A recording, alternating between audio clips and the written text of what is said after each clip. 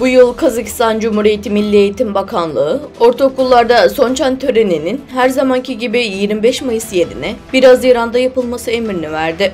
Bu nedenle 1 Haziran'da Kazakistan'daki tüm okullarda bu tören düzenlendi.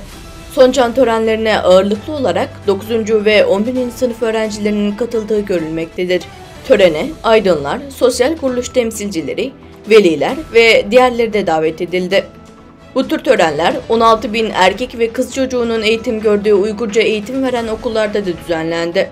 Bu okullar ağırlıklı olarak Uygurların yoğun yaşadığı Almatı şehrinde ve Almatı vilayetinin Talgır, Lahirgazak, Uygur ve Panilov ilçelerinde bulunmaktadır.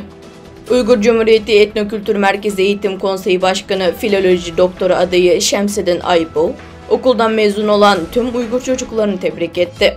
Bugün ana dilimizde eğitim gören 829 çocuğumuzun ana dilindeki okullarını terk etmesi bizi mutlu ediyor. Bunlardan 364'ü ulusal sınava katılıyor. Bizim için bu büyük bir zevktir.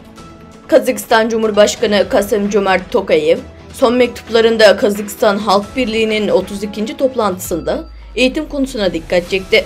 Ana dilimizde eğitim gören çocuklarımızın bilgilerini pekiştirmek, ana dilinde okumanın avantajlarını onlara aşılamak ve hayallerindeki üniversitelere girmelerini diliyoruz dedi.